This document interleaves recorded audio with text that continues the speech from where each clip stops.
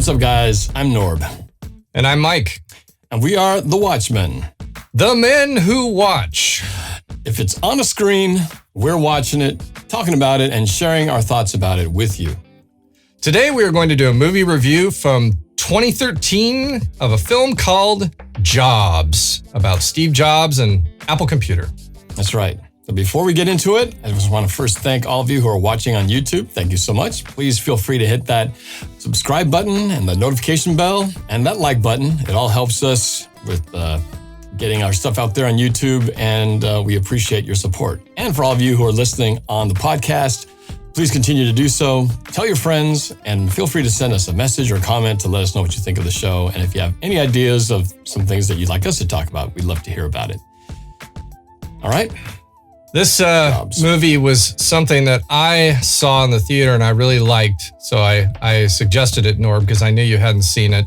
It's a movie all about college dropout Steve Jobs, along with his friend, technical whiz kid Steve Wozniak, who is also known as Woz.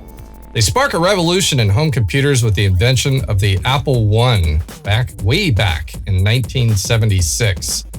They built this in the garage of Jobs' parents. And since then, they changed the world. And although Jobs is viewed as a visionary, his tenure as Apple's leader is a very rocky one, led to his eventual ouster from the company he co-founded. And this movie is all about that.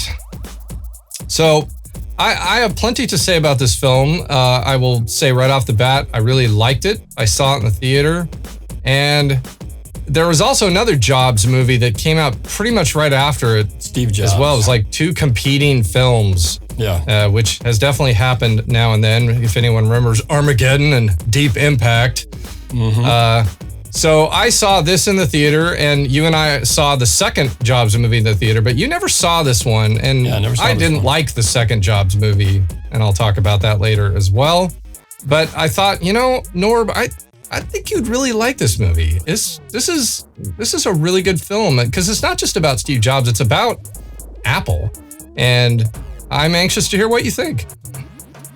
So I was excited to see this. I think it just I remember the second one, as you mentioned, seeing the Steve Jobs movie. So this one, I just kind of flew off the radar for me. So I think I saw the other one. I thought, okay, I've seen my Steve Jobs film. So I hadn't really thought about seeing this one. So when you reminded me of it, I was like, oh yeah, I should check that out. I was surprised at first because you told me that you really liked it, and I didn't really research anything about the film in advance. I wanted to have kind of a clean slate. But then before I played it, on the viewer that we have, it sort of quickly shows you the ratings on the Rotten Tomatoes. And it's surprising, I was like, it was really low.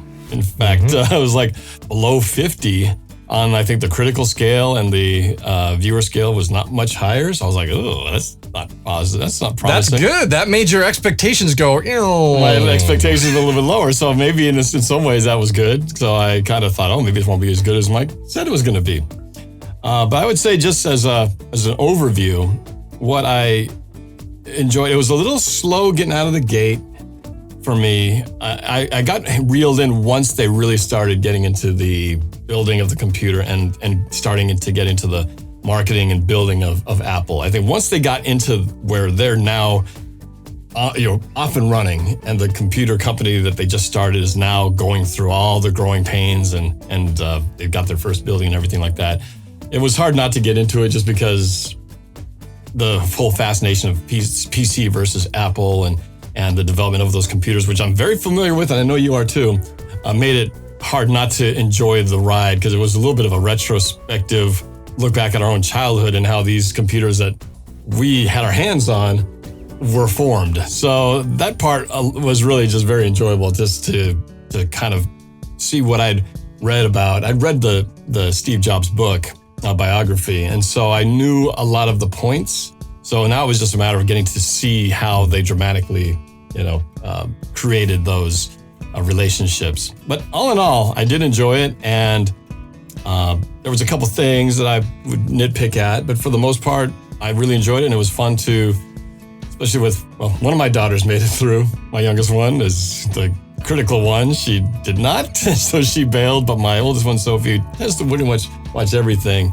I enjoyed explaining along the way why some of this stuff was important, because I think it's hard for somebody who's a younger generation where everything's just what it is to appreciate what does that mean to why is it such a big deal that they make this computer, and why is it such a big deal about Apple versus PC. So I had to kind of explain a lot of that. But it was fun. It gave me a chance to sort of relive some of my own experiences with it. But overall, I did enjoy the movie. You mean during the beginning you weren't into it when James Woods showed up out of nowhere as some college professor for a little bit part? I mean, it was there. I think at this point I'm still trying to get into his character. I'm still kind of still getting used to Ashton Kutcher. And my kids, here's a funny backstory. In the bathroom, I had that book with Steve Jobs' big face in black and white on the cover staring at you while you're taking a dump or taking a leak if you're the girl. And so the girls had studied his face for a long time, unknowingly that I didn't put it there on purpose. They just kept staring at him. So they knew his face really well. So when they showed one of the opening scenes is supposed to be him, Steve Jobs, in 2011 or something like that, I think. It was 2003. It was before the phone. It was when he released the iPod, or announced the iPod. So they were analyzing him right away, going, that just looks like a guy with a beard trying to look like Steve Jobs, because they looked at him so carefully and knew all his features. And I was like, yeah, it's not quite him, but it's not like you're going to make it perfectly exactly. But so right off the bat, I'm hearing my kids critically break down his look because they've been staring at him at this book in the bathroom for so many years. So, but I got past that. It's a good thing you didn't show them the other Jobs movie with Michael Fassbender, because they really would have gone off on that one. Yeah, they didn't really try too hard to make him look like that. I think it was just trying to personify him but not look like him. So, but yeah, like I said, once I got past some of his college hippie type of experiences and we got into this computer stuff, I was all in. Just a little slow getting in there, but I was all right once I got past the first few minutes of it. Vanessa didn't make it past that part. Probably not enough romance, maybe. I don't know, because there's definitely there's not a lot of female characters in this film anyway, and I'm not sure if Vanessa is motivated by female characters, because this movie's got an all-male cast. Well, and if these guys were all good-looking, studly actors instead of a bunch of computer nerds, maybe she would have stuck around. She did find it. She recognized the voice of Olaf, so she was. The kids were, that's Olaf's voice. So they enjoyed that little connection. But Josh then, Gad. Yep. So that kind of held on for a while, but then Vanessa was out, and then it was just the three of us, which is fine. Well, so I'll ask you some specific questions, and I'll say that I saw this in the theater when it came out. I really wanted to see it, and I knew that Ashton Kutcher was playing Steve Jobs, and I thought they did a pretty good job making him look like him, especially they had to age him through the film. So I saw this with my friend Dave at the Issaquah Highlands Cinema, and Dave's he's not a movie guy, but he appreciates that I am, and he likes to go to movies with me because I think I get him to think different. not to quote Apple Computer there, Apple but slogan. But Dave, when he watches movies with me, he said that he likes analyzing them at my level, because he said he usually sees them with his relatives or family members, and he said they don't even say anything. He said usually they just watch and it's like, that's it. Yeah, it was good. And they move on, like most people. Right. So with me, Dave knows I'm looking at it very critically, so he tries to as well. He's an engineer, so he thinks that way. But he told me afterwards that there was some really neat close-ups of soldering, where Josh Gad's character Waz is soldering, and they had these super close-ups, and you hear the little sizzling sounds of the solder bubbling as it melts and dries on the circuit boards. And Dave, being an engineer, I mean, his life has been doing that, and he told me that just warmed his heart seeing. I'm paraphrasing. He actually said something slightly more R-rated, but I'm paraphrasing, saying it warmed his heart when he saw those shots. So, and Dave is an Apple hater as well. He doesn't like Apple. I definitely have some friends. I call them my Android friends, that they truly hate Apple, and I'm in their camp these days. I don't have a lot of love for Apple myself now, and I can talk about that more later. But I saw this with Dave, and I had a really good experience, and the movie really moved me. I think what it is it's really hard to show someone's life story in 2 hours and make it make sense, because you can't hit on everything, and you have to advance the story through time, so you have to have jumps in the years, and it's difficult. It's difficult. Yeah. That's why TV shows have it easy, because they can stretch things out for season upon season, but you've got 2 hours to cover the life story of this person who changed the world, as far as I'm concerned. And it's difficult to do. And I think this is one of those movies where they did it well, because there's plenty of movies they didn't. So I don't know if you have a comment on that, Norb, specifically to how you felt they did. When the challenge is, how do you show a life in 2 hours? Yeah. And from what I saw, like I said, I would have happily gotten right into the computer stuff. The part where he's kind of, we learn about him just sort of taking classes, but he's really not a student. And he goes on his hiatus and goes to India, and he's hanging out and getting high with his friends and his girlfriend. I was kind of like, I know this is set up, but I wasn't fully invested. It didn't snag me in. But as soon as the computer stuff did, I enjoyed it from that point on. So if I were to have made a critical point, I would have loved to have gotten into that quicker, and I would have loved to have seen more beyond after he comes back and takes charge. Because basically the movie kind of ends after he gets reinstated and becomes the head of the Macintosh department, and then we don't really see any more after that. It kind of just leaves it as he's back, and we know that the rest of the story he does, brings Apple back to the world. And I was hoping to see more of that. We got teased with the iPod mentioned in the beginning, and then it's all retrospective after that. But I was looking forward to seeing him talk about the iPhone and more of the computers. I thought they were talking about the iMac, because that was a big deal, and they didn't go to it. So when it ended, I was like, oh, I really wanted to see more.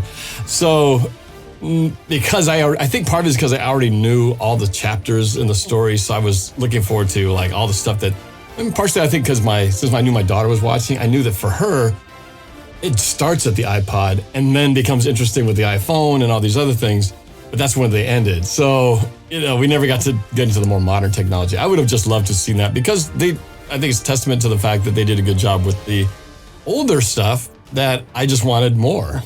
And when they stopped, I was like kind of bummed that they didn't show more of it. So it wasn't a negative on the film as much as they had to make a choice and go, okay, we're going to cover this up to here, and then we're going to stop. And obviously they would have had to have been a 3-hour movie if they went into all the other things. So it wasn't that it was bad that way. It was just more that I personally would have loved to have seen beyond that point. But like you said, if I were to psychoanalyze that thought, I would say that probably if you look at the history of Apple Computer, the minute the iPod launched, Apple took off and they became a monster company. Yeah. And they had one hit after another: the iPod, the iPhone, the Mac Mini, the Power Mac. I mean, everything was a hit.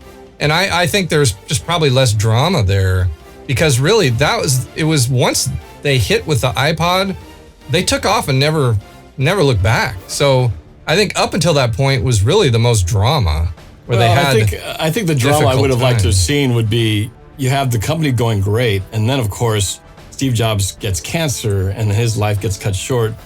I think I was also anticipating that, just because when you think of a life story, most biopics, they always start with how they began, and usually to the point where they die. So I think I was also, because I had that in mind that we're going to get to his death at some point, that we would see all the cool things he did before he passed away. But since they stopped before then, we didn't. So I think that was ultimately all the disappointment. I wanted to see how they handled him handling getting cancer, because, I think one of the big themes in the movie is you have Steve Wozniak talking with him throughout as being shown as he just wanted to hang out and make some cool stuff with people he liked, and everything sort of changed, and Steve Jobs became a different guy from what Steve Wozniak wanted to have with him. And at the end, he kind of says something like, "Yeah, I don't see this ending well for you." And it's kind of a haunting. I thought that was like a prelude to what's going to come later on, but really it was after that point things all went well for him in terms of the company. It's kind of interesting. I didn't know this till afterwards when I was doing a little research, but it turns out that when the making of this film was proposed, they talked to a lot of the the previous friends with Steve Jobs, and Steve Wozniak was one of them. And he did not like the script. He didn't like the way it was depicted, and he chose not to be involved. He walked away and got involved in the other Steve Jobs movie. So it makes me now look back and think, I wonder how much of what they portrayed, maybe they either didn't put it in a light that he liked, or was it not true, or maybe it was so true he didn't like it. Don't know. But the fact that he didn't endorse it and didn't get behind it raises some questions as to, how realistic was the story based on the true story. But, every time you make any kind of biographical film, you have to take a stance on what was their personality like. And no one was the filmmakers weren't in the room during conversations and private moments. So they have to make these up. They got to kind of pull and imagine what the dialogue was said. And obviously somebody's going to come out looking like more of a nicer guy, and someone's going to come out looking more of an a-hole. Steve Jobs is definitely portrayed as an a-hole in this. And I don't think it's any secret that people knew that this was kind of one of his traits. But it's also speaks to his visionary drive, which I think without that, you don't get things made like he did. So it's kind of the double-edged sword of being, a wizard, a visionary genius, and yet sometimes having a hard time getting along with people. But I think at the heart of it, that was the most interesting relationship was just seeing how his relationship with his friend who had started this thing together, were buddies, and how they kind of grew apart as the company became bigger. And, I couldn't help but sort of think about us in our company, as you and I started this in the same way. And I'm glad to see that it didn't get to a point where we hated each other, or just things changed so much that one of us decided, you know what, I'm walking away and I'm not coming back. So, I was thinking when we start the biography about your life, do you think we should approach it with more of the true pattern of all the weird, strange, dark things you've done? Or should we end where you save the world? How about where I save the world and we portray all the dark, weird things that you've done? I think that would be the more interesting story. I don't know. I think the fans want to see your biography more than mine. Well, we will find out. It'll be The Watchmen. The story behind The Watchmen. The point I'm bringing up there is whenever you do a biography film on a person, it's tricky because they've got family members controlling the assets and the property of this person, and you have to a certain extent get them on board with what you're doing. And I think you're going to have to, it's tricky. I think it's great in this movie that they did approach the dark sides of Steve Jobs and show that he's a flawed person. He's not perfect. He made mistakes. He was difficult. He was driven. He pissed a lot of people off. He wasn't very thoughtful. I mean, the first thing I noticed, and I wonder if this was true, is when he was working at Atari and he gets asked to do this breakout project and fix the breakout game, and the manager says, we'll pay you $5,000. And so he gets his friend Woz to show up and solder the board, and Woz just said, I do this for free, but I'm just curious, how much are we getting paid? He says $700. And then he gives him half of that, $350. And I thought, wow, what a jerk. Right. I mean, what a jerk. Right off the bat. I don't know if that's true. Yep. They never played into that later on in the movie. I kind of thought it was interesting. It really showed right off the bat that he was. They didn't play into it so much with Wozniak, but it did with his other partners, with the other people who helped get the business off the ground. That's true. When he came out to the stock options. Yeah, because it was the two of them to start off with in the garage, and then they realized they needed help. So they brought in like 3 or 4 other programmer guys to help get this thing put together. And when Apple blows up and those guys are still with the company, and it comes time for Apple to go public, he decides, along with his kind of business financial partner, even his business financial partner was like, "Are you sure?" And he says, "Nope, that guy's lazy. He doesn't really deserve it. Someone else is way better than him. He gets nothing." And so that was probably for me the biggest.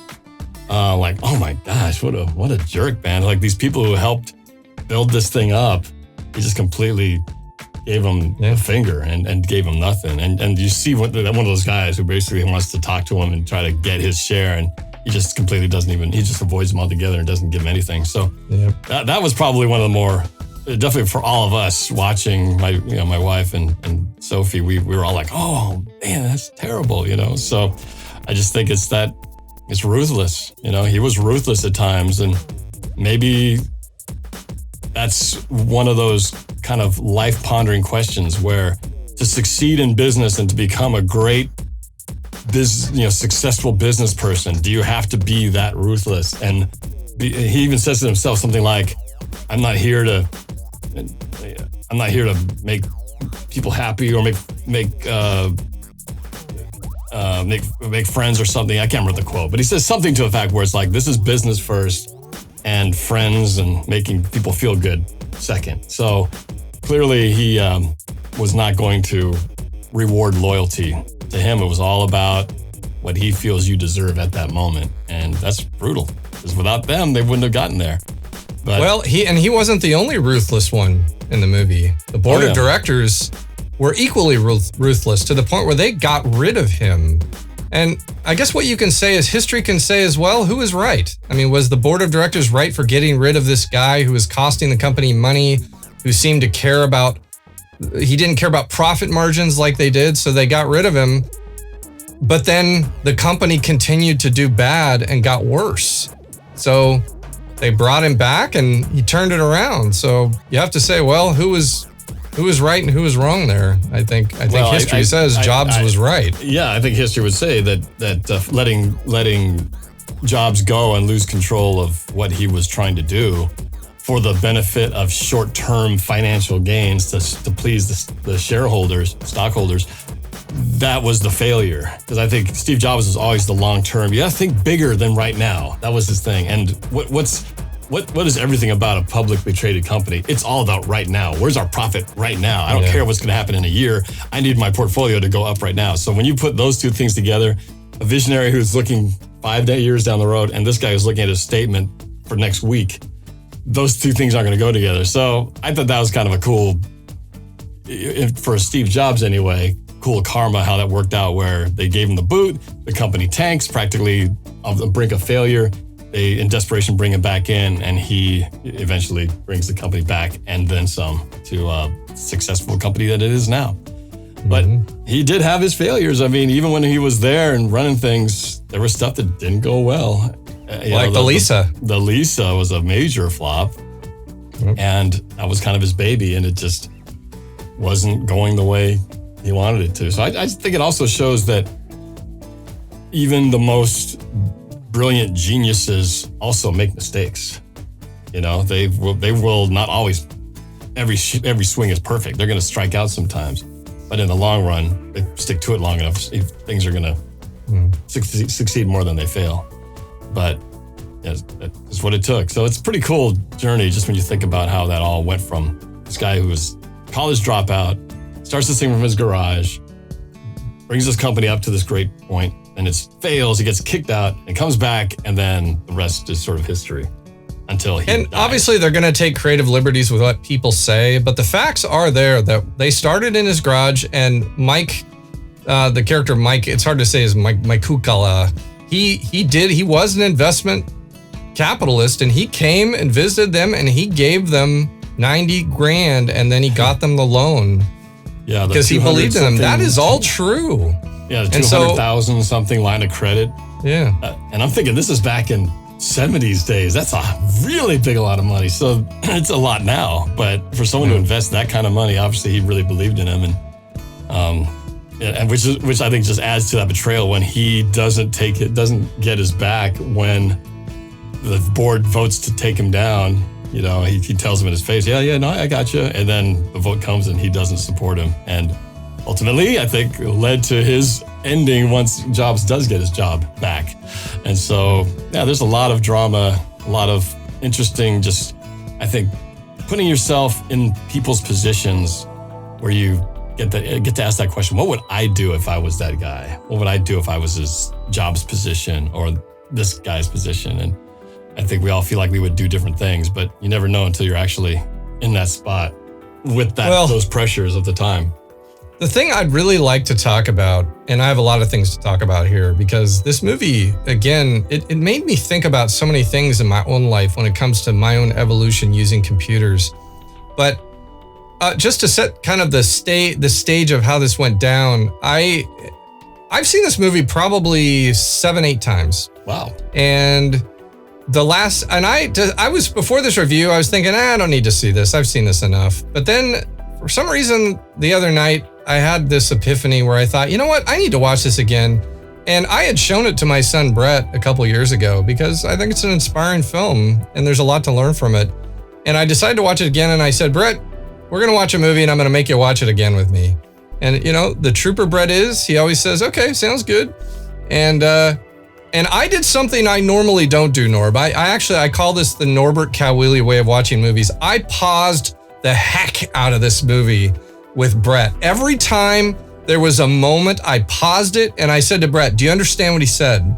And a lot of times he'd say, no, not quite. I'd say, this is what he's talking about. This is what it means. And Brett would say, oh, okay. And he'd ask me some questions and then I'd say, okay, let's keep going. And I paused the movie all the time. I paused it on the picture of the Apple II when they revealed it at the computer fair. I said, Brett, this is the very first computer I ever got my hands on. And I said, and look at it. It's got the keyboard built into it. It's one unit. And he said, well, where's the monitor?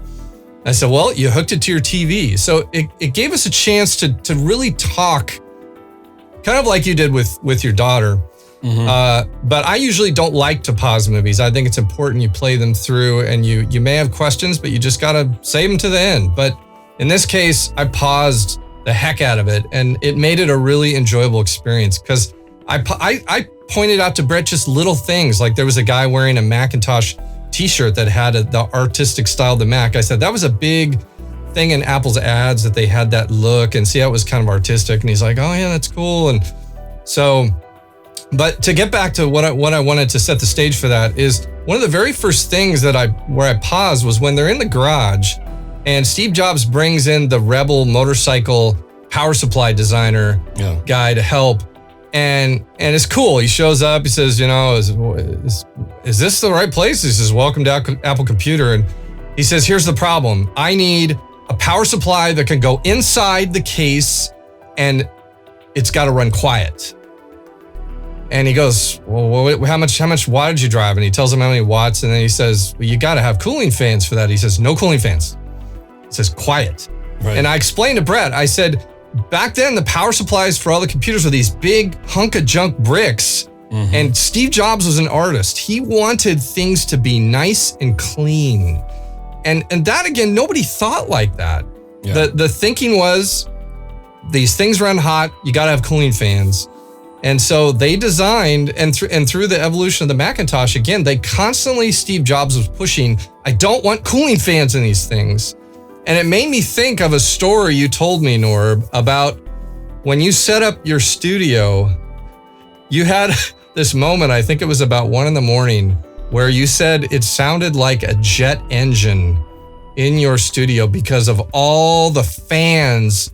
And you told me you almost just had a breakdown and you ripped everything apart and you put all the computers outside and ran all the cables in because you realized I cannot work like this. Well, and to this day, cooling fans are our enemy.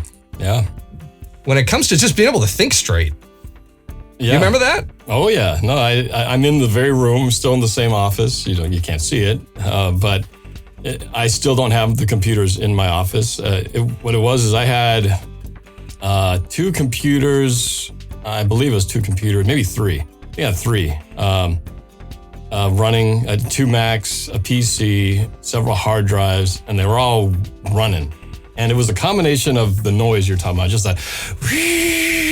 that constant sound of fan noise going. But it was also the heat because those fans are spewing out all the heat from inside the machine. But where's it going? It's going right back into my room. So, and I keep my door closed because I'm trying to keep it quiet so I'm not hearing all the outside stuff. So the heat, it got to a point where it was like high 80s in my office. So I'm sweating, it's loud, and I can't work in this freaking oven, a loud oven at that. So I finally just said, this has gotta stop. So I figured out I just need to rip the whole thing apart, put a hole in my wall, and move the computers outside, essentially kind of part of the living room because that's where it's connected to. I had to sell my wife on that, but because that was never the original plan. But it saved my sanity But yeah, cooling fans is still, to this day, we've got a couple of big laptops that we can use for editing if we're ever in a pinch. And they've got some of the loudest fans it's I've just ever. awful. And just you just start working, and all of a sudden it's playing video, and all of a sudden the fan just goes just super loud, and then it'll slow down and stop. But see, that's the problem is when you buy a computer, you look at a picture of it online and you read the specs. And the great thing is you aren't able to listen to it. Yeah. So you order it and it shows up and you turn it on and you start doing some stuff and you hear this fan go. And those laptops, I remember when that went up, I thought, are you kidding me? This thing is like a jet engine. Yeah. And I realized there's nothing I could do. And to this day, I've got that computer outside with wires coming through the wall and sometimes it's in the garage. I'll go out there to get a drink and I'm doing some processing and the laptop's just going screaming. Yeah. And I just think this is a travesty. They should not be allowed to design machines like that. That is just, it's terrible. But you've got engineers, all they're told is they got to make this processor work. They got to put this video card in. That's how they sell the machine. And so I have huge amount of respect for Steve Jobs in where he really wanted it to be quiet. And back then, anyone who had an IBM machine, my grandpa, he had a leading edge PC and I remember that thing was loud. Mm-hmm. It's just loud. You turn it on and go, I mean, it just was loud. Yeah, big beige and loud. IBM PCs were just beige. Like they didn't care what it looked like. It was just the most blonde, neutral, color. And that's just how they went. And they were all just beige. But yep, loud, beige, and boxy. So that scene where he brings the guy in and says, I need the power supply inside the case and it's got to run quiet. It really made me think about, even to this day, that is a big problem with computers is they don't run very quiet. Some of them do.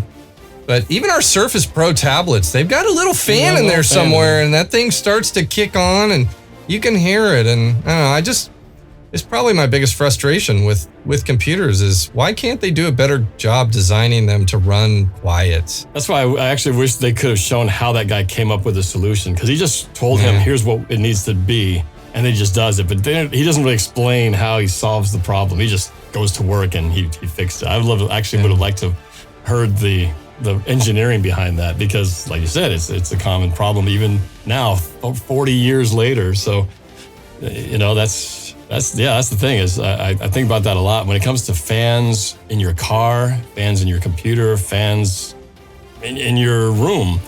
The fans are loud. You turn on the car fan, you turn on the fan in your kitchen, you turn on the fan in your bathroom to suck up the steam.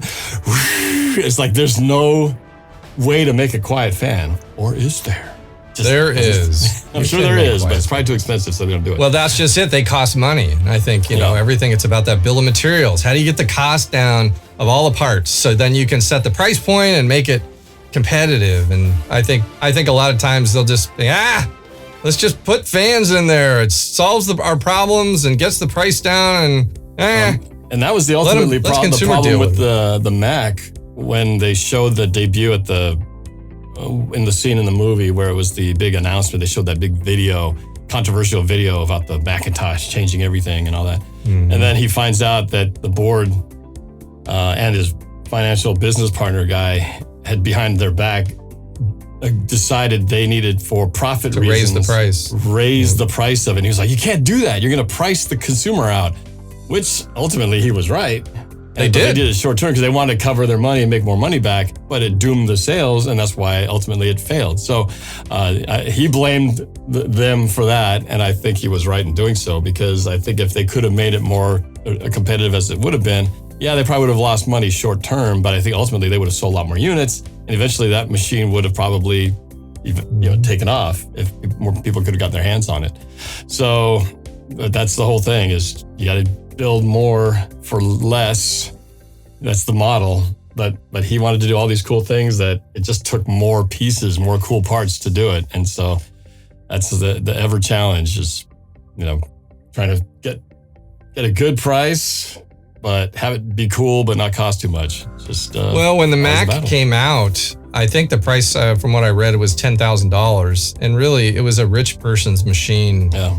And when I started attending college at PLU in fall of '87, only the rich kids had a Mac in their room. And everyone else, we all had typewriters to type our papers, or you had to go to the computer lab. And yeah, I dreamed of having my own computer. I thought it would be so cool to have my own computer that I could make my own thing.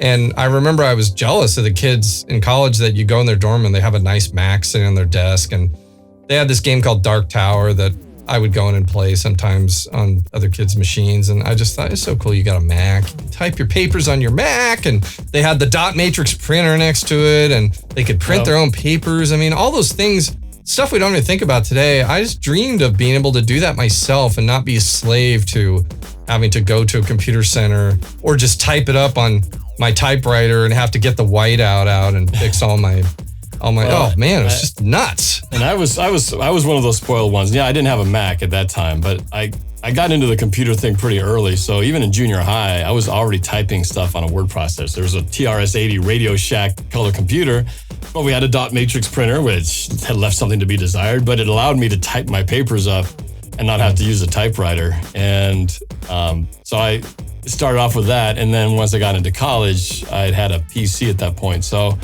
I had a little bit of something you didn't have, but it certainly wasn't the Mac level, but it was nice. It was nice to have the ability to just primarily that function, be able to type things up and print it out and not have to go someplace else to do it or use the old typewriter. So I did away with the typewriter pretty early on. So I was fortunate about that, but yeah, it's a long time ago.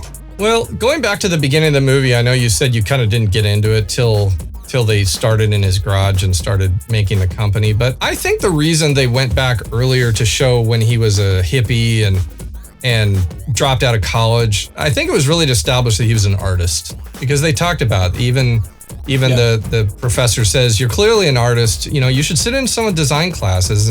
Eventually they show him sitting in on calligraphy. Yeah. And a big part of the Mac was the fonts. I remember when the Mac came out, it was amazing how you could pick all these really interesting fonts, and immediately you could type a document and then change the whole thing to look like with a different font. I thought that was the coolest thing ever. And Steve Jobs did too, and he was very adamant about being able to select fonts. And they go into it with Elisa when he's arguing with the programmers. He says, "Where's the drop-down menu where I can select fonts?" And the one guy says, "That's just not important, Right. And the other guy in the back's like, "Don't say that," And he fires him. Fired him on the spot. Yep, get out of here. He's like, but that's an artist.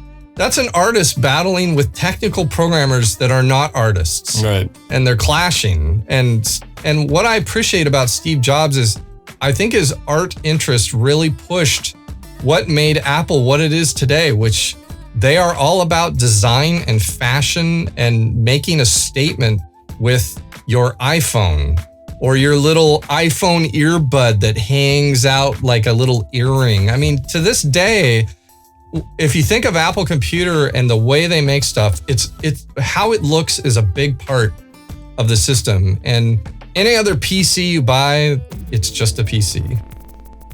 Yeah.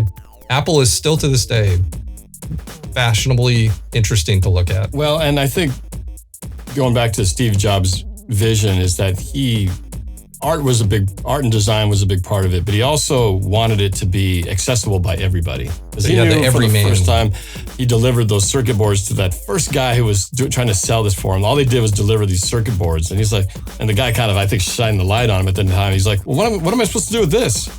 Well, these are the best circuit boards ever made. He goes, "Yeah, but I can't give this to some guy up the street. He won't know what to do with this. This is only something a programmer can use. I need something that somebody can walk in the store, turn it on, and use it." And that's when the light bulb went off. He goes, "Okay, that'll be our next project." And then Wozniak was like, "What?"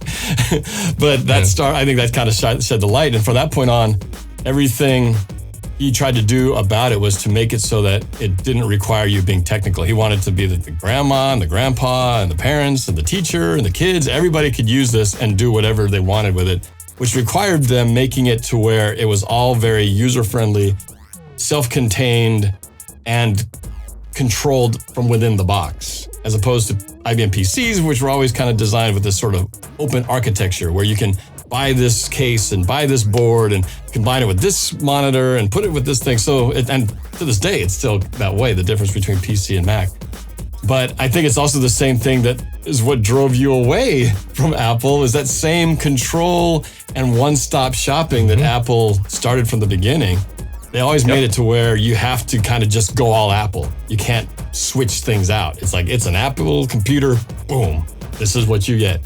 You can't. I'm trying to save my Apple frustrations all right, towards the end of the show. I've got plenty to talk about. All right, prelude to it. But it was a big part of it. Let me talk on what you were talking about there about the everyman. Just what you said, that Steve Jobs really pushed things for the everyman, the every person. And I, to this day, in the early 90s, they had this ad campaign when they had their first laptop. It was called the PowerBook. And in magazines, they would have a picture of a priest holding his PowerBook in front of a church. And standing next to him was a rock star who was all dressed up crazy, also holding his PowerBook. And the point is our machines work for every person. And then they had another picture of a businesswoman holding her PowerBook, and she's got it kind of next to her chest. And then next to her is this woman who's dressed all crazy like a hairstylist or a makeup artist, and she's got her PowerBook. So every ad they ran was a picture of two completely different type of people that have gone completely different careers, but they all use a PowerBook. And I to this day thought that was some of the most brilliant advertising I've ever seen, because it told me everything I need to know in one look. Yeah. And the look was, our laptops work for you no matter what you do. And I liked that ad so much. I remember I cut out one of them and I put it on my fridge in my little apartment in North Carolina because it inspired me. I just remember I thought that was, because I got a marketing degree from UW, and this was after I graduated. And so I paid a lot of attention to advertising. And I, to this day, and in the movie, when Steve Jobs returns in the boardroom, they've got a couple of those ads on the wall behind him. It's when he says a line, "We're going to keep this ad agency as our only ad agency." And I paused it and I said to Brett, I said, "Do you see that ad back there of the priest and the rock star?" I said, "That was huge." I said, "I thought that was some of the best advertising I'd ever seen." And I encourage you to look up some of these on the internet. If you just search them out, you can find a lot of these ads just Googling. And I, to this day, some of the best advertising I've ever seen. Well, and I think they continue to be, they've always been good at like you said, the image, the style, the design, but their advertising has always been cutting edge as well. Even to the modern day stuff with what they do with the iPhone advertising. I mean, I think, well, we'll get into it, I'm sure, later on, but between the phones out there, Apple has managed to still make it to where, the iPhone is still the stylish phone of choice if you had to put a choice out there for people, which even if you might argue that this one's got more features and you can do more things than with this one, it's just kind of that, it's the fashionably selective one to go with. Imagine, I imagine if there was a camera in your house, daily activity in Norb's house, and Norb says to his wife, "Hey, Jen, I think we should get Android phones." I mean, to Jen, that translates, "I lose my fashion. This is my fashion statement. It's iPhone. I mean, this is what is fashionable. An Android phone is like for techie, computer programming type people. There's nothing cool about Android." And I think Apple has done a great job making their products feel like a fashion statement. I don't know if it's so much that that Android means engineering or how you kind of. But what does it mean? Ask why, Jen, would you not want an Android phone? Why do you want an iPhone? Why? Well, what would the answer be? I think one, there's a familiarity with Apple. Again, we got into Apple early on with the iPods, and so when the phones came out, there wasn't much of a choice. Apple became it, and I think once you do get used to a certain brand, particularly like on a phone or any mobile device, you get used to the way it works. And I've bounced before, and I'm a relatively intelligent guy, and so I can work with both things, but I do get frustrated when I have to pick up an Android phone, like if someone says, hey, can you take a picture? And they hand me an Android phone. I was like, oh, crap, I don't know how to work this thing. So I immediately feel this disconnect, like I don't know this phone. I don't understand because my Android phone has a little button on the screen that looks like a camera, and you just tap the camera, and on an iPhone, the picture has a camera. They both have pictures of cameras. How is that? How's that hard? Well, if everything's laid out the way it's laid out, everyone's phones are laid out kind of differently. But what I'm getting at though is there's just safety and comfort and familiarity. I can look at an iPhone and no matter whose it is, I'll know how I can get to where I need to go. But if I feel like I'm in an Android screen, there's just this. Okay, it's Android. Okay, how do I get around in here? It's just because I haven't spent enough time in there. But two, is it just because it's been allegiance to one, and you're gonna just stick with it because it's kind of what's familiar. And unless something radically changes you to go, well, you know what? This phone just does this way better than this one. I've got to make the switch. And I know that happened for you, but for all most right, I'm gonna ask you a question though. Let me ask you a question, Norb. I know you like a good deal. Okay. Mm-hmm. Have you ever heard the term the Apple tax? It's loosely familiar. But Apple products are inherently more expensive, and you like a good deal. So why are you willing to pay more? Because you're the kind of person that wants to pay less. I don't. You know what? It's funny though. With the phone, I don't really question it. I mean, usually I'll wait until I have to switch. So I would wait a long time until it's time to upgrade. So I don't just go and get the latest phone because the latest phone's out. I need to get it tomorrow or today. So I'll wait to upgrade for a long time. So I guess in my way, it's sort of waiting until it's going to go. But part of it also is the fact that, well, I mean, I am more comfortable with the iPhone. But then with the fact that all my family has iPhones, they all connect well. You can share, you can FaceTime, you have all these different connectivity, where if I suddenly went out from that, it would be one phone that doesn't connect anymore with the others in the same manner. I can FaceTime with you. My Android phone, we can FaceTime.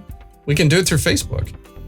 Yeah. It's just not through Apple's software. Not through Apple's. Then there's all these Apple AirDrop where I can drop files immediately to each other. So again, there's just this convenience of things that will work versus, there's always a workaround, but it's a workaround. It's like, I'm typing to somebody and, it's green. They're on Android. Okay, so if I had to send you something, I'm going to do it some other way. So when it's in the family and we're constantly sharing things all the time, it's just so much easier when you're all talking the same language. That convenience comes at a price because not only do you pay more for your Apple products, you also have to have very specific accessories because Apple products are designed to only work with Apple accessories. And those accessories are very expensive as well. So that's the Apple tax. I don't have a lot of. The only accessory I have, the lightning cable, for my phone. No, but it's got a proprietary connector. It comes with a lightning cable, and the case is just generic. So outside of that, I have headphones. They're Bluetooth. They're not Apple. So I wear whatever headphones I want. I don't like AirPods, so I use the ones that make me happy. So I don't feel like I'm buying like, oh my gosh, I keep buying all these products because the only thing I have is the cable, and maybe if a cable breaks, I got to replace it. But then, that's probably the only thing. Sometimes those flimsy cables, like all those phone cables, at some point they stop working. Then I got to buy a new one. But that's really the only thing I can say. Where it's like, if I had an Android, I wouldn't have to buy a specific cable. I could just pull up another generic cable and have a million of those laying around. But other than that, let's save this for later. Well, we're getting a little bit towards stuff, the Apple Android or Apple PC debate, whatever you want to call it. But I wanted to bring up something you mentioned about Steve Jobs caring about the everyman, the every person, and I had a realization as I was looking at comparing this film to the Steve Jobs film, the competing film. And the one that we watched, this one, Jobs from 2013, it was a box office flop. Right. It had a $12 million budget, but it eventually made $42 million. So it developed a following through its streaming video releases. And it was enough to where it's listed that it did make a small profit. Critics hated this movie. But Yeah, I read that. The way I look at it is, I think the everyman liked it. And the other film, which had a 30 million budget, only made 34 million. So it was a financial loss, but critics really liked it. Now, I hated it. And the reason I hated it is because I didn't feel like I was watching a story about Steve Jobs. It was someone's exploration of a certain part of Steve Jobs' opinion and life on a specific moment in time. That's what I remember. But one thing that irritated me is I really liked in this movie that we just saw that Ashton Kutcher, the way he walked, was that hunched over with his arms kind of just in front of him. And clearly that's the way Steve Jobs walked. He was mimicking the way he walked. And in the other Jobs movie, when Michael Fassbender walked, he just walked like a normal guy. And I thought, you guys aren't even trying to make him act or look like this guy. This is just your creative experiment. And I didn't like it. I thought, if you're going to make a movie about a guy, the actor playing the guy should act like the guy. So that was my biggest complaint about the other film. And the one thing I will say is, I think when I look at these two movies, I think the Steve Jobs movie that we are talking about was made for the everyman. And the other Steve Jobs movie was made for a very specific audience. And I don't know what that audience was, but some type of audience looking for something very specific out of a film. I wish I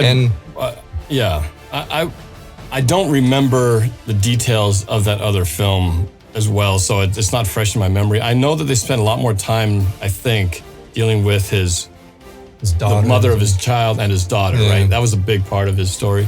Whereas in this one, it's pretty much kind of just quickly dealt with and then moved on from. He kind of just tells, in his early days when he started the computer company, and his girlfriend comes up and says, "I'm pregnant." And he's like, "I can't deal with this right now.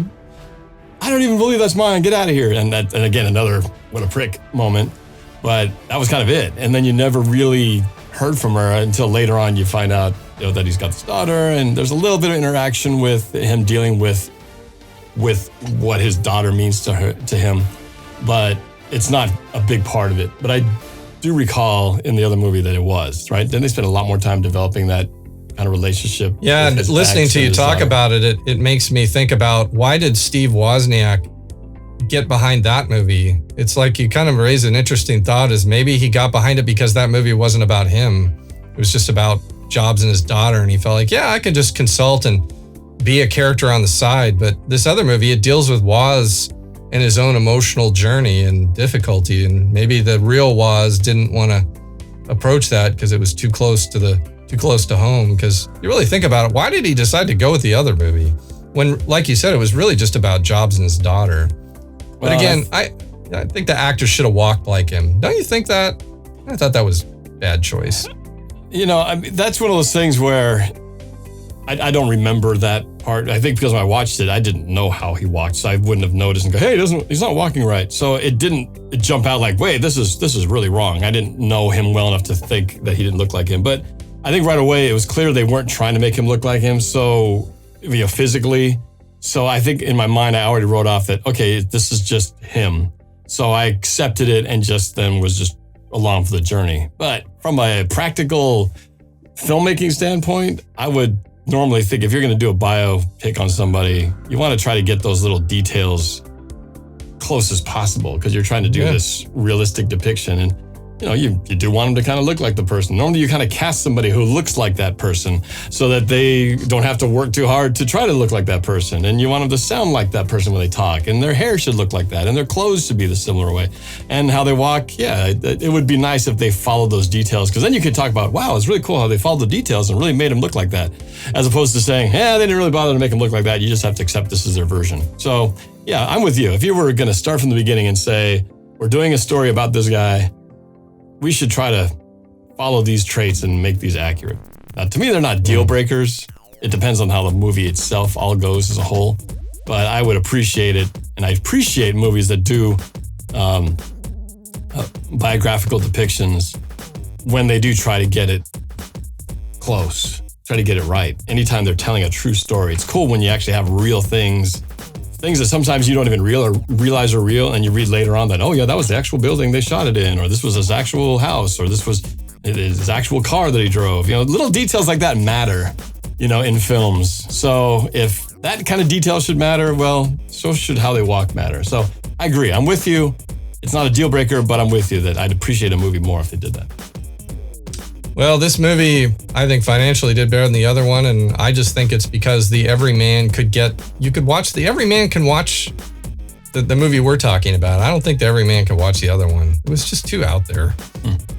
I'm not even going to try to show that one to my kids. I mean, I have no interest in seeing it again anyway, but it was just something I thought about as I was looking at comparing the two movies and thinking about the movie we just saw where Steve Jobs was always about the everyman. He wanted people to be able to afford these machines. And it made me think back to when the Mac came out and it was $10,000. I mean, that was just that was a rich person's computer. And I remember a story of when I was at UW, and that would have been 1990 to 91. That was during the time where they redesigned the Mac to get the price down, and they had 3 different versions. They had the Macintosh Classic, I think it was the LE and the LEX or something. They had 3 different tiers. And the cheapest Mac was like $3,000. So I mean, you're talking. It used to be 10. And the classic is the beige QB looking one. Well, they all looked like QB. It just came down to what was inside. Yeah, right. I know everything about it was cute. I remember, didn't it? When you first turn it on, it says hi or something. Yeah, everything has was a cute smiley about it. face computer. Yes. But you think, and I was talking to Brett about this, is that Apple really invented the whole concept of the recycle bin. That's what we have today on the PC. But the trash can and the Mac, I mean, that was a new concept that Steve and his team did, where it was the thing that every man could understand. Oh, I want to get rid of this. I drag it to the trash can. And the trash can looks like it's full now. It's bulging. And then I can select empty trash. And it goes blip. And it was like that. That to this day, it's the recycle bin in Windows. But we have Apple and Steve Jobs and the Mac team to thank for a concept that they invented that to this day is a part of what everybody does. Well, and they cover that in the show where Steve Jobs calls up Bill Gates and he just rips him on the phone. Oh, yeah. I'm going to take you down and sue you for every penny. For every dollar you make, I'm going to get 90 cents for ripping off my operating system. Obviously, it didn't work. Well, they took him to court, but because it's mentioned. Do you remember where the head of the board, played by what's his name, the bald guy we like? It's the guy who does Farmers Insurance guy. The Farmers Insurance guy, yeah. He says, he's running us dry with the cost of these parts, and that fiasco with Microsoft. All he says is fiasco with Microsoft, and what he's referring to is they did have a lawsuit, and I think they lost. Right. Couldn't prove that he stole it from him. Which is amazing to me because when you look at Windows, before Macintosh and after, they clearly ripped off the entire thing. They totally ripped them off. I mean, everything about it to this day, Windows is the Macintosh operating system where you've got words across the top, drop-down menus with a mouse. I mean, PCs didn't even have a mouse. The mouse came, again, another brilliant design another thing. Came from Apple, that whole mouse concept. Windows took that and said, that's a great idea. Let's reverse engineer and do it ourselves. Mm-hmm. So I don't know how they beat them. I don't know how they beat them because that clearly they took that idea and maybe they. Well, in the movie they're showing him a pre-beta build that they got their hands on. Yeah, and he's like, I don't blame him for going bananas. I mean, he stole it. I don't know if the phone call to Bill Gates was quite like that. Something tells me that was probably a little bit of creative liberty at the screaming at him. But I'm sure that, some things like that were going down behind the scenes. But so back to my story on the price drop on the Mac. I don't know if you remember this, Norb, but I really wanted my own computer. I never had my own computer. And this is it's 1990. I'm at UW now. And when I have to use the computers, I have to go to the computer lab. And if they're all taken, I have to wait in line and sit at the chair and wait for one to become available. And I have to then sit at a computer that everybody else has been using and then share a shared printer. I mean, you feel like you don't feel a sense of individuality. I thought if I could have my own computer, I could have my own software and play my own games and have my own documents. Was that the ACC? Did you go to the ACC for that? Well, they had one in the business business. Oh, okay. I didn't have access to that, but I had this ACC. I went to that one too. The Academic Computing Center, because I knew a lot of people who hang out there. That's where I first saw a Next computer. It's like, well, what's that? which was Apple's or Jobs' other computer that he did after he got fired from Apple. But I digress. So yeah, you wanted your own system so you can have. So your I own really games. wanted my own computer, and Apple came out with this program, and they put it in the UW student paper in the Daily. They had a huge full-page ad that said, "We know you'd love to have your own Mac. We have a program that we'll be able to get you a loan at a discounted interest rate, a student loan, Apple-funded program, so you can have your own Mac." And I remember looking at that thinking, basically saying, if you're a student, we'll qualify you for a loan. So you can buy this. Okay. And I remember I was thinking, I could get a Mac. And I called my parents and I said I remember I talked to my dad and I said, so there's this program, I could do a loan. What do you think? And I'd like to do this. And my dad told me it wasn't a good idea because he said, debt is bad. He said, you don't want to have debt.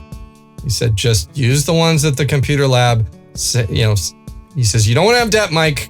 It's a bad thing. And this computer, the minute you get it, it's going to start going at a date. It's going to become old. They'll have new ones. It'll get slow. He says, I know this because I've gone through a lot of computers myself. And he totally basically said, no, don't do it. And I was at the age where I still listen to my parents. I mean, I wasn't completely independent. I mean, they were helping me with college. I did not have 100% decision-making capability. And so my dad basically said no. You must have been crushed. I was. I really wanted one. And I wonder to this day, if I'd have had one, how it might have changed my life. In that, once again, when you have your own machine in your dorm room at your desk, you have the ability to do what you want with it any time of the day or night. And of course, you become friends with other people who have those machines and you exchange software, you share software and you learn things. And I would have learned new programs and I probably would have done Photoshop stuff a little earlier. And I'm not saying my dad made a bad choice. I know where he was coming from. He was thinking practically. But we'll never know. But I never. Did you ever consider, because I had a PC because I wasn't going to buy a new Mac. That's too expensive. But did even the idea of getting a cheaper PC ever come across at that point? No, it's because my dad had a Mac himself. So our family was really an Apple family because my dad taught the Apple II. So when he was working at Farmers Insurance, he had started using Mac computers himself. So he had gone from an Apple II to an Apple III to a Mac. So when I go home, I'd use his Mac and play golf games on it, whatever he had. And so it was I just kind of wanted a Mac because that's what was in our family and that's what I was used to. It's what you were used to. My point exactly. There's a comfort level with it. But yes. Even with that comfort level though, my dad said, nope, don't get the loan. That's not a good idea. Don't do it. Just use the computers at the lab. So I had to continue to go wait in line at the lab. I felt like it was the cattle call. Basically go, everyone else, all of us that couldn't have our own computer, we had to go use the computer lab machines. So I spent the rest of my college career doing that. And if we'd only knew each other, I would have had you come over. You could have used mine, but we didn't. And in the computer lab, that darn laser printer was always broken. So you had to use the dot matrix. Everybody wanted to use a laser printer because that's what made your papers look cool. Look like they were made your text look sharp. Yep. But it was always broken because, everybody used it. So they had a dot matrix next to it. It's like, oh, dot matrix. So anyway, that's my story about. So I didn't have my first machine until I met you, Norb. I don't know if you remember, but when I came back from North Carolina, a friend of mine named Kathleen, who was a grad student at UW, she gave me her old Mac. It just was gathering dust. She gave it to me. And I remember it had a modem and it was a Mac Classic. And it was, of course, super old dinosaur machine, but still worked. I got to use it. And I remember I had a modem and working at UW, we got to connect to the internet before a lot of people. And I remember using the modem and the Mac and I connected to a library at another university. And I thought it was the coolest thing ever. It was welcome to the library at the University of Chicago. And I felt like war games. Yeah. I'm in. I'm in. And I'll never forget that moment. Shall we play a game? So wait, when we did our Doom networking, was it with that computer? No. After that, I bought a PC. Eventually. Okay, all right. I was going to say, I don't think we could have done that with that computer. That was when I was still living in that boarding house when I first came back. So that was around 1993? Yeah. 94? 93? It was 93. Okay, because we would meet a year later than that, so. Okay. Anyway, so that was I think one story I wanted to share. there was a time when it came to computers, and I'm going before our business even really started to take off after we formed ours. Even prior to that, there was you had Mac or PC, and then there was the Amiga, the Commodore Amiga, which was sort of like the third wheel out there, but it had a really cool wheel because anytime somebody mentioned the Amiga, it was always with cool video stuff, graphic stuff. And if Shane's listening, you just got his attention because he is a huge Amiga person. Big time. Well, and I got this close, and I know you know why, because there was this time in 1993, 94, I think, they came out with this video toaster from NewTek. And the video was probably 10 times better than the product itself, but the video alone made you feel like I needed to have this. And because it showed all this cool animation, and you go, if I have this toaster, I can do this animation and all this really cool stuff. And then of course it's marketed with the Amiga. So I'm thinking, we got to get an Amiga because that's how I can do this cool stuff. No, there's all this other fine print of, but you also have to have this and this and this frame and this recorder to do all that. Frame recorder, time-based corrector. You have to spend thousands more. But anyway, I just remember I went to this computer dealer, and I went in there going, I want the Amiga and the toaster. And he's like, no, you need to, that's on its way out. The Amiga's on its way out. You need to look at this. PC is the way to go. It's the future. You need to look at the fast video machine. I said, yeah, but I want the toaster. I don't want I want to do computer animation. I don't want this thing. I don't want a PC. I want Amiga and animation. He's like, no, you don't want this. So he talked me into it. He eventually talked me into getting the fast video machine on the PC, which once we formed our business was the heart of our editing system. So it really was the wise choice. If we'd gotten the Amiga, we would not have, it would have been a bad starting point, sadly, at least for what we wanted to do. Not saying the Amiga is a bad computer, but it just wouldn't have been enough. It would be like getting a car that you think you're getting a Cadillac, and they start you off and they go, okay, well, you got 4 wheels and a steering wheel. Now you need to get an engine. You need to get a frame. You need to get wind.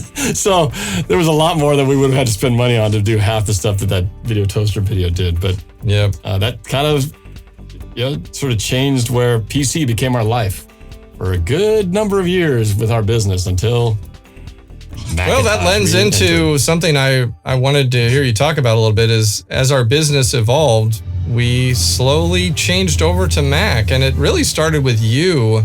And it wasn't due to Final Cut Pro, it was due to Pro Tools. And we had our business retreat, and I remember you said, Pro Tools was the industry standard. If you're going to be able to do sound mixing and sound design like the true filmmaker professionals out there, Pro Tools is what is the industry standard. And I asked you what it would cost, and I think you said around $20,000 for the not just for the computer, it's the hardware that goes with it.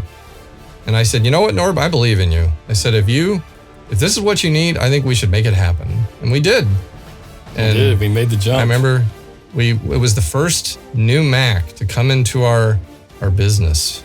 Yep, we were living at the house at the time, but I remember I think it was a G3, and it was a beige Mac. It was a G3 beige, which was weird because, well, I guess some of the early Macs were still beige too, but it was later on they started getting more colorful.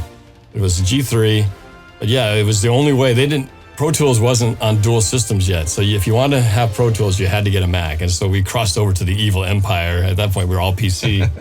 I think we've been running our business for at least 2, maybe 3 years. Well, actually, Microsoft was referred to the evil empire. Well, I guess, yeah. I guess whichever side you were looking at. But basically, when we were PC, Mac was that other thing over there that we hadn't touched. So bringing in this new system into the fold was something else. I remember, having to get used to it. It was just, I was used to PC by this point, where PC's all kind of very sharp, a lot of text. It's all very business-like, and Mac, I remember right away, so you turn it on and it's just very welcoming. Your splash screen has a very kind of friendly welcome to you. It says hi. Yeah. I don't remember if it said hi. I remember that on the beige. But it always has the smiley face. It always has the happy Welcome to smiley Macintosh. face. It's got a little thing. Yeah. So the smiley face was always part of that. And then there was just a different look. Macs had their own default font style. So whenever you looked at a PC, it looked like this, and with a Mac, it had just this certain typeset. And it took a while to get used to. I didn't like it at first because anytime you have to switch over to something, it's always that, I don't know how to do this. And normally if I just right click on this does this, and I can't do that on here. I remember feeling a lot of frustrations of just navigating files, systems, and windows and things like that I couldn't just do. When you're trying to learn something, you just want things to work and you just want to do what you're used to. And of course, when you learn something completely new on a completely different new computer, you got to relearn everything. The shortcuts are different. Instead of Control O, it's Apple O, which is a totally different fingering. So I'm like, oh man, I'm used to this pinky hitting O, and now I got to use my middle finger, my fourth finger. This is whack. But damn you, Steve Jobs. But after a while, I mean, I really didn't have to get to love Macintosh at first because all I did was use Pro Tools. So I'm like, I'd launch Pro Tools. Okay, I'm in the system. I could just do all my audio stuff and then just work in that world. So I didn't really have to learn the entire world of Mac. But then once we eventually did switch over and got Final Cut, well, then we were all in on Mac. I have a story about that if you're willing to let me go ahead. Since you've kind of brought that transition. in. That was the transition point. That was the transition point at that point. So the other, Norb did editing and sound work. I did editing and we both shot. But the other side of it was our editing systems. And we were using PCs with Adobe Premiere, but we had some hardware in them. It was called a Pinnacle real-time card. So it allowed you to do just more real-time work. Not entirely real-time because you had to still render, but the catchphrase is, can you do it in real time? No rendering. Nobody liked rendering. But I remember whenever Apple was really pushing Final Cut Pro as the de facto editing choice for filmmakers, and they were pushing it in Hollywood. And of course, in Hollywood, the standard edit system was Avid, but Apple was pushing Final Cut, and you'd start to see in the credits at the end of features that say edited on Final Cut Pro. And so we were all aware that Final Cut and Apple was definitely wanting to get into Hollywood, pushing the edit system as the tool of choice. And eventually that started working its way into our world, which is the corporate sector.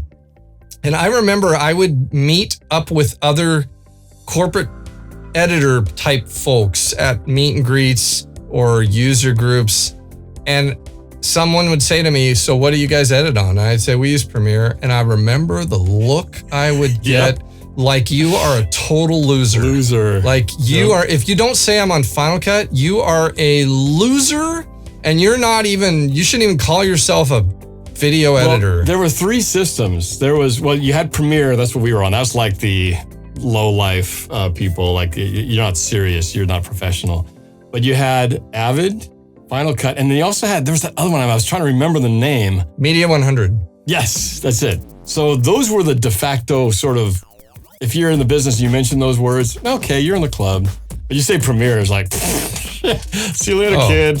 Come back when you've the looks gone through puberty. I got. I mean, it made me look like, they made me feel like I was just a lowlife. And I got to the point where I started, when people would ask me, what do you edit on? I'd say, we use a Pinnacle-based edit system. Because the word Pinnacle was considered a good word, because Pinnacle made DVE switchers and really high-end video hardware. So, and we use the Pinnacle real-time board. So I just started saying we use a Pinnacle-based edit system. And I'm amazing. People would say, oh, that's cool. That's cool. It totally worked. It totally worked. It kind of reminds you like when people ask, so where's your business located? And we have two different places. So Mike can proudly say, oh, I live in Sammamish. And then I have to say, I live in Renton. And for some reason, there's a stigma attached when you say Renton. People immediately think like low and ghetto, not up there with the, higher society. So I am at a higher elevation. Yeah, it's not about elevation though, bro.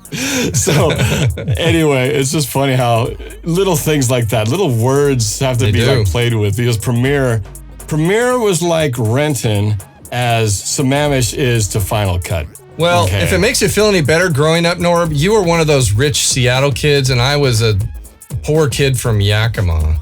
So. Yeah, but I was really from Kent, so I kind of got, if you really looked at where I came from, I kind of dropped some space. To Yakima people, to Yakima people, you were from Seattle. You're on the other side of the mountains. So that's a whole different scale. But No, I think it's funny. For people listening to this who don't live from around here, they're like, what's Renton? Smash, what are they talking about? You have to be from around here to understand. But it finally came to a point where I told Norb, I said, I'm so tired of this stigma, and I feel like it's starting to affect how people look at us to the point where we may be losing work. I said, let's invest in Final Cut. So we started buying Macs, and we learned Final Cut, and we did a complete switch over. 180, yeah. It completely went Apple all the way, and I was excited about it. I mean, it was great. We had to learn a new edit system that took some time, but it felt really good to say goodbye to Premiere. I felt like Premiere, that image of the horses, it just everything about Premiere made me feel like I sucked. It was weird too because Photoshop was the and still is that was the only program when it comes. If you're a graphics person, you are using Photoshop, nothing else. And yet Premiere. Don't say I use Microsoft Paint. Yeah. Microsoft Picture It. Picture It.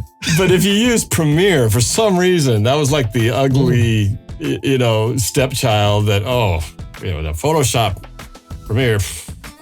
So it's funny how things have changed. But yeah, back then it was a big deal. So yeah, we made the full on. I mean, PC was really. I think I had one around just for I think maybe like basic office stuff, but everything was on. I think I had a PC left over as well. Still running I had a different Pinnacle board stuff and still used it for the accounting. So, and I would proudly say to people, I would say I like being ambidextrous. I use that term. Yeah. Ambidextrous means you can use your right or left hand, but I used it as we have Macs and PCs in our business and we're good at both of them. And I think that's the best way you can be because they both have strengths and weaknesses. Well, and it's kind of funny because back more so before than now, there was a time where, again, the PCs and Apple, they weren't just competing for market share and they weren't just advertising battles. There was a mindset. A Mac user looked at a PC user as those guys, and same thing with PC users. It was a religion. It was a religion. Yeah, it was almost like, oh, you're a Mac guy? Oh, I didn't realize that. And then it's vice versa. And at the time, I think, when it came to anything artistic, Photoshop, editing, graphics, Macintosh was sort of had to step up. And PC was like, yeah, we have those programs, but it's not going to be as good. You can play games better on PCs too. Yeah. They have more games available on PC. And more games. But when it came to the arts, the editing, the photos, and all that stuff, and sound mixing for that matter, it was all Macintosh. That all changed. Yep. They blurred that line and eventually went all dual system. So I don't know if people still feel that same way. If people still have that same kind of I'm a Mac person or a PC person. I really don't know. Well, I don't know because I'm not a Mac person anymore. I'm a 100% PC person. I know, you have no Apple. To continue the story, so during that time then, I was a big Apple faithful. I mean, I paid attention to Apple announcements. Every year, Steve Jobs would do a big conference and he would reveal all the new products. And the big thing with Steve Jobs, he'd always say at the end, oh, and one more thing.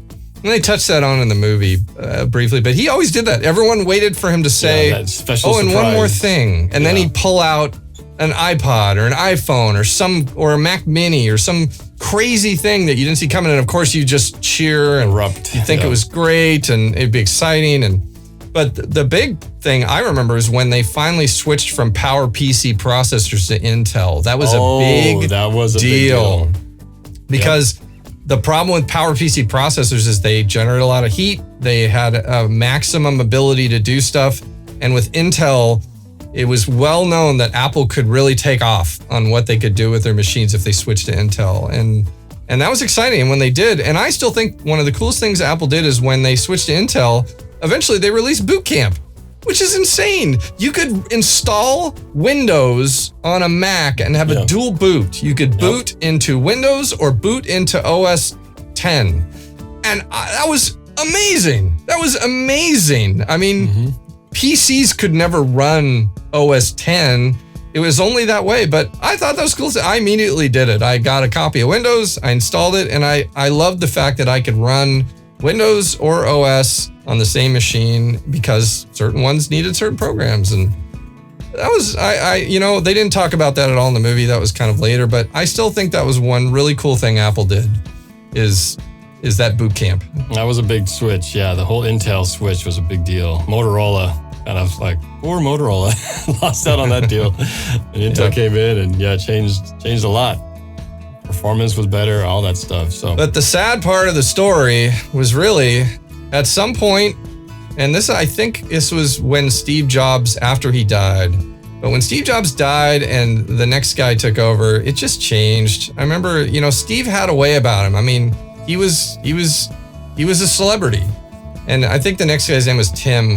When he took over, he was not a Steve Jobs. And the company, you could feel it was changing. And, the iPhone was already out at this point. But Apple quietly decided to go from Final Cut 7 to Final Cut Pro X. Right. Or 10. And all the people in our business, in our world, were doing reviews saying it's time to go to Premiere. So Apple is clearly said we do not care about filmmakers anymore because they made Final Cut 10. It was a scaled up version of iMovie. Everybody was saying, and iMovie was what consumers, the everyman used. Anyone who wanted to edit a video on their Mac, they used iMovie. Not the professionals. We don't do iMovie. We do Final Cut Pro. And so Final Cut 10 was like iMovie, and everyone was saying it sucks, and people who loved Apple faithful were writing reviews saying, I'm sorry, I'm off. I'm out. Yep. I'm going to Premiere. And the great thing is you can run Premiere on a Mac. So it's just a software change. And so we went that direction too. And that was the beginning of the end of my relationship with Apple completely. That was a big deal, yeah, just like it was switching away. And it was ironic that Premiere had grown up. Premiere was not the... Premiere was now becoming an industry standard. Stepchild. It was now up there taken seriously with the likes of Avid, Final Cut, and Premiere was considered respectable now. And they were editing features on Premiere. They were. Credits, it would say, edited on Adobe Premiere. So after that, it's too bad because we would have stayed with them if they just continued to support the professional filmmaking audience, but they didn't. And that was, whoever made that decision, they lost a lot of money from us anyway because that ended it.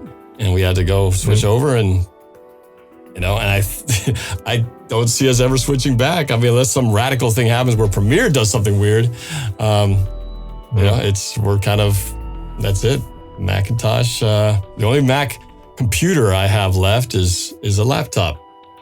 And this leads us to the final part of our Watchmen story of this episode, in that I also had iPhones, just like you, Norb. When Apple came out with the iPhone, that changed everything. No one had done a touchscreen phone before. When they announced the iPhone, I mean, everyone wanted one.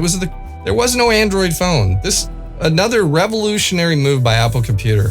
I got an iPhone. You had an iPhone. Before that, I tried having a Windows-based phone. It was terrible. Remember, I didn't like it at all.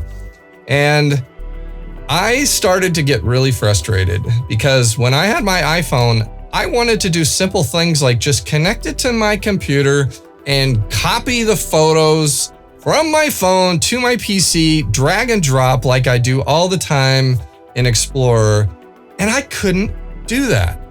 I had to use iTunes, and it was convoluted and complicated. And iPhoto, I had to use iPhoto.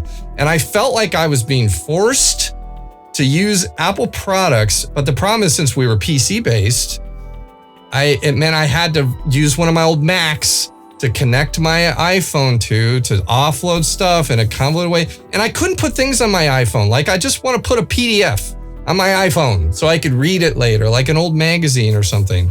I couldn't do it. I couldn't do it. And I started to get really mad. And that's what made me finally say, I'm sick of this Apple control crap. They're forcing me to use their stuff. I can't do simple things. And my friends with Android phones say, oh, that's easy. I just connect my Android phone. And I'm like, I'm done. So I switched to an Android and I never looked back. So the iPhone Android switch for me was the end of my relationship with Apple completely. And I have never looked back. And I have heard you complain, Norb, even to this day, a few times about Apple still forces you to do things through iTunes. Well, since then, it's become easier than you described. I mean, you described you had to use a Mac. Well, now the PC has interfaces where you can connect the phone. It is not as hard as it used to be to get stuff off the phone. It was always a challenge to put things on it. I couldn't just drag a file and say, oh, I want to put this file on the phone and just drag it. There was no real easy way of doing that. But now there's been workarounds now. Now, thanks to the advent of Dropbox and things like that, I have now been able to relatively pay attention to that word, workarounds. But the point is, and I'm not going to argue with you. I wish it could be where I just plug it in and it's like a USB drive, but it's not. So they don't have the ability where I can just go drag this over, drag that over. So minus that, there are extra steps needed. If I want to put a video that I just finished on editing on my computer and I want to put it on Instagram, because I can't go to Instagram from the computer, I have to put it on the phone. There's no just drag to the phone and go up. There's a step. I have to drag to Dropbox. Then from Dropbox, I'll load it into the computer, to my phone, and then I can put it up there. So it's like a second step. But I've just learned to work with it. And so, yeah, could it be better? Sure, it could be better. But I found my own workarounds. So it's not enough where I got to a point where I felt like this is driving me nuts. I gotta move on. So, well, between you and me, Norb, I'm more of a. I think I would think you'd probably agree. I mean, I've built PCs. You know, I've put together components. I mean, I'm a tinkerer. I can get in and mess with stuff. You're not quite the level of a tinkerer that I am. And I think that's probably why it frustrated me earlier on, is I just wanted to do simple things like drag some documents to my iPhone so I could have them for later. And I was so frustrated I couldn't do that. Obviously, back then, it wasn't important to you because you didn't complain like I did. But I think I told you, I said, I'm tired of this. I'm done. I'm going to switch to Android. I'm sick of this Apple control. I feel like Apple's controlling me.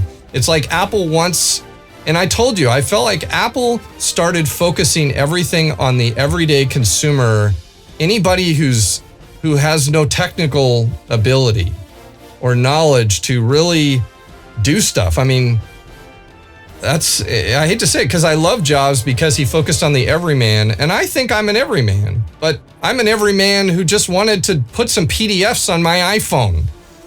And I thought, why can't I do that? And I'm also, and again, it's the same thing with Final Cut Pro. Apple clearly said, we don't value filmmakers anymore. We would rather focus on everyday consumers who want to make little movies. And to me, it was insulting. I thought, you spent years cultivating us, wooing us, telling us to come over. We spent a lot of money. We put a lot of money into your company. And then what do? The minute Steve Jobs dies, you completely decide we're not worth it. And I took that a little personally, and so maybe that went into part of my wanting to just dump the iPhone, but I don't regret it. And I think iPhones are great. They're just not great for me. So that's my final conclusion. That's a good way to put it. I mean, you'd have to sit down and do a whole phone, like the latest iPhone versus the latest Android, put them side by side and go, okay, let's see which one really measures up. Which has got the better this? Whose camera's better? Oh, this one can do this 1000 zoom. Okay, I guess that one's better. This one is, you could probably break it down, and I wouldn't be surprised if Android won on specs. But I don't think that sways people to go from, but I'm one of them, I'm just comfortable in this. And I'm comfortable with knowing I have to work around to do a couple of little things. And you're comfortable with the higher prices. I told you my thought on that. The price alone is not enough to make me want to switch everything over, because it would be too big of a change in what I know my family all is comfortable with. If I had to go, okay, you have to learn how to use this now, they'd eventually get it, but it's just Well, easier. what I can tell you is the story of my wife, because my wife, being my wife, she has to go along with some of the decisions I make just because she trusts what I'm thinking when it comes to technology.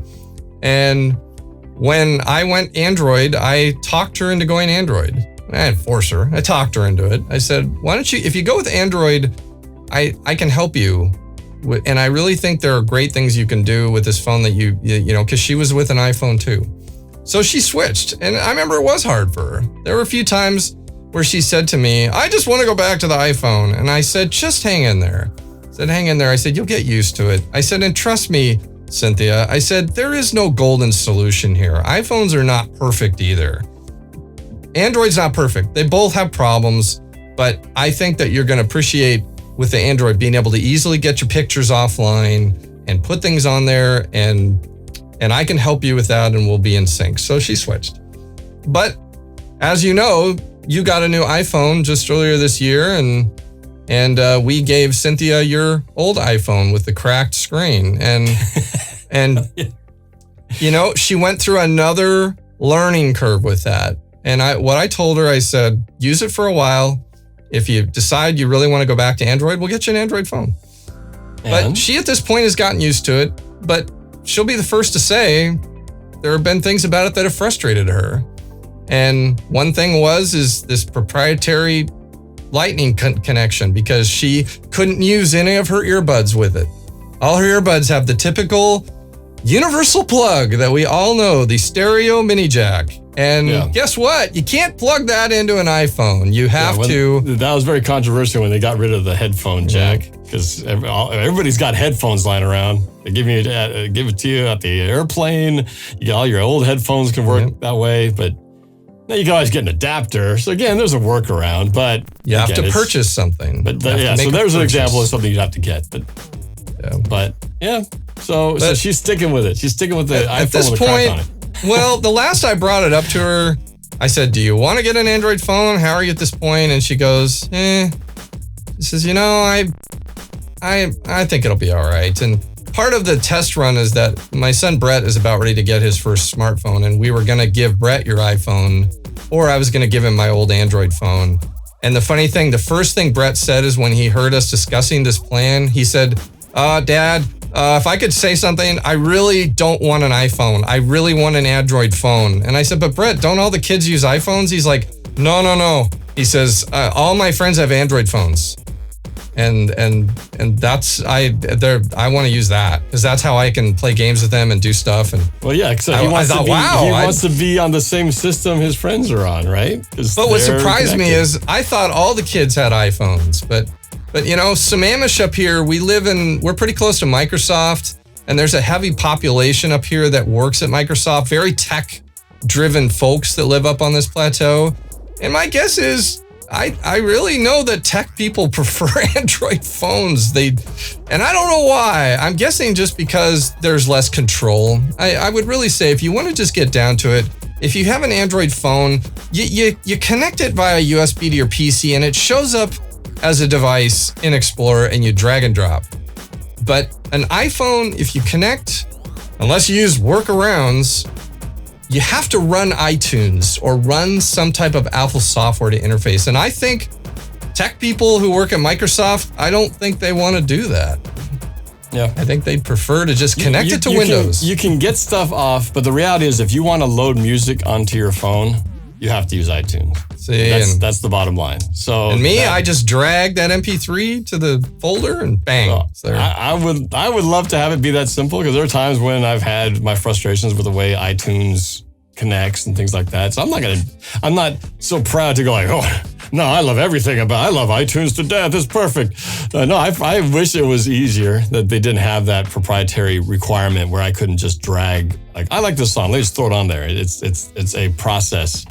So, but see, since Apple owns iTunes and they sell music on iTunes, of course they want you to use iTunes. Oh yeah, because that's how they can make more money off you. That's the problem when the company controls the software and the hardware. They don't want to make it easy for you to do things any other way, because that's how they make money. But Android, I'll tell you this though, because you talk about the whole tech savvy stuff. So while we are forced to use iTunes, my daughter, Sophie's really the only one she's really into her music, and so am I. But we have figured out, we have our own little system, and it's actually using the Mac laptop that I've had for years now. But we do not pay a dime to iTunes or any of their music. And Sophie gets all the songs she wants. It's not illegal. We have our workarounds, but it avoids us from having to feel like I'm going to be forced to buy songs through iTunes. We don't do it. So it does take a little bit of savviness, which, we've figured out our way of doing it. But she's got it down. She can do it all herself. And I'm proud to say for all the hundreds of songs that she listens to, she doesn't have to pay iTunes. Well, and what I would say to that is good job, Sophie. I mean, that shows me you've definitely got a little bit of technical skill in your brain there, because I don't think every kid could do that. No, I don't think so. But, I just taught her a few tricks of my own, but nothing that no other kid could figure out for themselves if they just had the trip. They had the quick tutorial, but it took a little, there's a little software involved. So, a little workaround. But at some point, to get the song, you've got to get the song. I mean, you got to have the MP3 first. So whether you're ripping it from a CD or whatever method you're getting it, once you have that, then it's just a matter of getting it to the thing. And that's, you just need iTunes to do it, which you don't have to pay for. It's a free program. So Apple is not charging you to make you use this thing. Obviously, if people are comfortable and they say, I'm just going to buy it on iTunes, well then, yeah, it's a nice little easy buck for them. But there's, like you said, there's no perfect way. You just learn to deal with what you have, and you kind of love all these things. You go, that part sucks, but I love all this. And you have another one, you go, I really love all this, but I don't really love this. I don't think there's ever a system where you just love everything. But, I don't like control. I think it's important to be open share, have an open share concept. And I think if you do that, everybody benefits. And Apple is still about the control. And if they change that, I think that would change how I feel about it, but I think it's profitably working for them. So they're not going to change it. If the day came when they said, hey, everybody, just to let you know, we're no longer requiring you to use iTunes to put music on your phone. You can just drag it there like a regular device, like a USB drive. I'll be like, woo, it's about time. Yes. But I still don't get why an Apple computer costs more than a comparable PC, though. That's something I don't. I mean, again, all I can say is the Apple tax. I mean, Apple has determined that they have such a following, a religious following, they can get away with charging higher prices because there's just enough people out there that they will buy an iPhone or buy a MacBook Pro or a Pro Mac computer or a laptop from Apple because it's Apple. And it's a shame that because Apple has this following that they jack their prices up. I don't get that. Well, I think that. I'm guessing because that whole open architecture thing we talk about PCs, where you can have any number of suppliers give you the parts and essentially build up a system with all these different pieces priced lower. You can package a system together. Apple does all that, and it's always from Apple. You're not. Yeah, but their chips are from Intel. I mean, the components they purchase, they don't make their own processors. I mean, Intel makes them. Well, I guess it's like if you buy a prefab Dell machine versus you have the option to build your own. You don't have the option to build your own Mac, but you can build your own PC and go, hey, look, mine's cheaper than a Dell. Well, you actually can build your own Mac. You just go on the Apple website and you pick the components. They have different tiers but still you're buying it from them. I'm saying that you can go and buy all these different pieces and never pay one company. Yeah. You just buy this hardware, the motherboard from this company, this from here, this case from here, build your own system that no one's ever built before. And it will be probably cheaper and better than some prepackaged Dell system, which they charge more because they put all the stuff together. No, but my point is, though, Norb, is that if you compare a Mac and a PC that have the same processor and RAM and hard drives and power, the Mac is always more.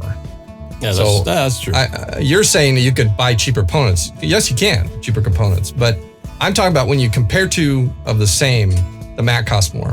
And that is true. And that has always been that way. The Apple tax. I suppose that is you're paying for that Apple access, which they've been doing it for a long enough time. And I think they probably sell less units pound for pound compared to PC, but I guess it's just enough to keep their bottom line going. So I've been saving this to the end, Norb, and this is going to be fun. I got one more thing. One more thing. Well, okay, I'm not really saying we're done. I have. Oh no. This is really fitting with what you just brought up. But anyway, what do you want to say? I can wait. Oh no, I wasn't going to say. I was just joking. Oh, I thought you were. One more thing. It's the one more thing. The Steve Jobs thing. So talking about the cost of an Apple machine, and again, back in the 2000s into the early 2010s, 12s. I mean, we were big time Apple. I mean, when we needed new computers, we bought them from Apple, we priced them out and purchased them and spent a good chunk of change. So I went to Apple's website last night, and it was kind of odd because I never go to apple.com.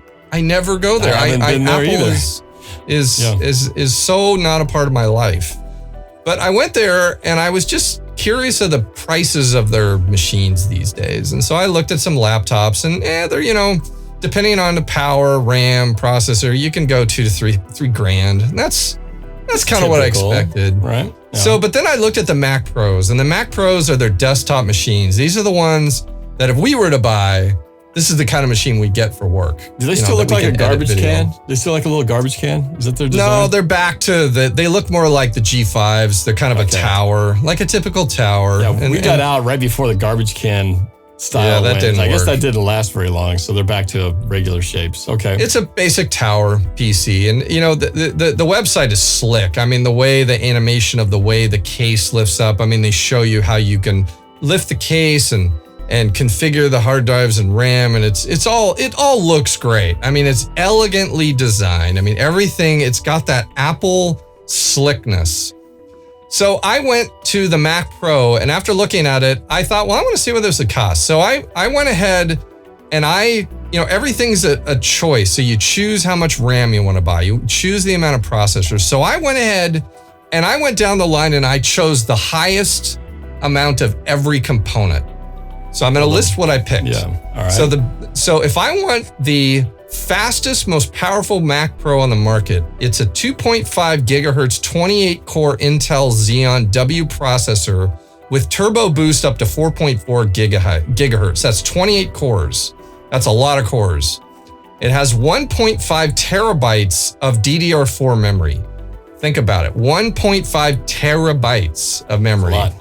That's a lot. It uses two Radeon Pro Vega 2 Duo video cards. They each have 2 times 32 gigabytes of HBM2 memory each. And it has 8 terabytes of SSD storage. You add what's called an Apple Afterburner card.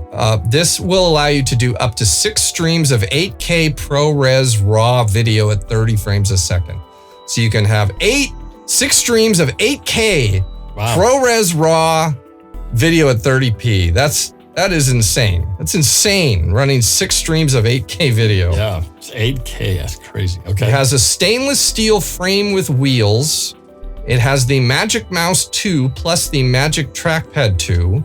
It has the Magic Keyboard with numeric keypad, and it comes with Final Cut Pro 10. Norb, what?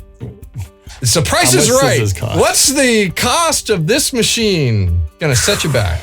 Man, it's been a long time since I've priced out a PC, because the PC I'm using now is the one that you made from scratch. So we didn't even get a shot for that one. Well, since you're the only candidate, just bid $1 and you'll win. Yeah, $1. Yeah. Well, I can't go over. So I'll be safe if I say $1. Let me see. I'm going to try to get as close to the pin as possible. So that's the Ultra, like the best system, period. This is the best Mac you could buy. Yep. This is the best one you can get on the website today. I'm going to say it's $11,000. Is that your final answer? Yep. The cost of this machine would be $55,000. What? Before tax. Oh my God. That's before tax. $55,000. Oh my God, that was way off. Oh, jeez. Obviously, I haven't been shopping around very much for PCs. Holy cow. You know what? I'm sorry, that is pathetic. No PC should cost $55,000. I don't care if it's the best one you can buy. $55,000. That, my folks, is Apple Computer. So the question is, if you were to price one out as a PC, and let's say maybe not do the build it from scratch. But if you went to, I don't know, Dell or whatever and bought their highest end system, and I don't know if it would match up. That's the thing. I should have done that. It's not going to be $55,000. I mean, the most expensive video card in the market is the NVIDIA GTX 2080, and that costs around $2,000. So this has two cards. So that's $4,000 for two of the fastest NVIDIA cards you can buy. That's just $4,000. Yeah. I mean, then you want to add in memory. I mean, there's no way a PC would come to $55,000. I bet it would hit around 20.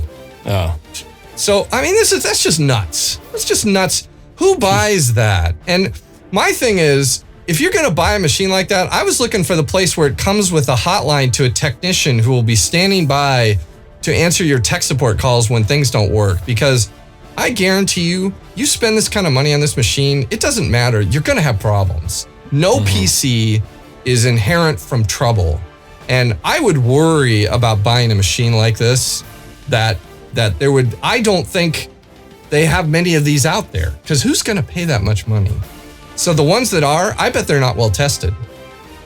I bet they got problems. And again, this should come with a personalized tech support person that is there at your beck and call to whenever you got a problem, they'll answer the phone and work with you, because you spend $55,000 before tax on a PC.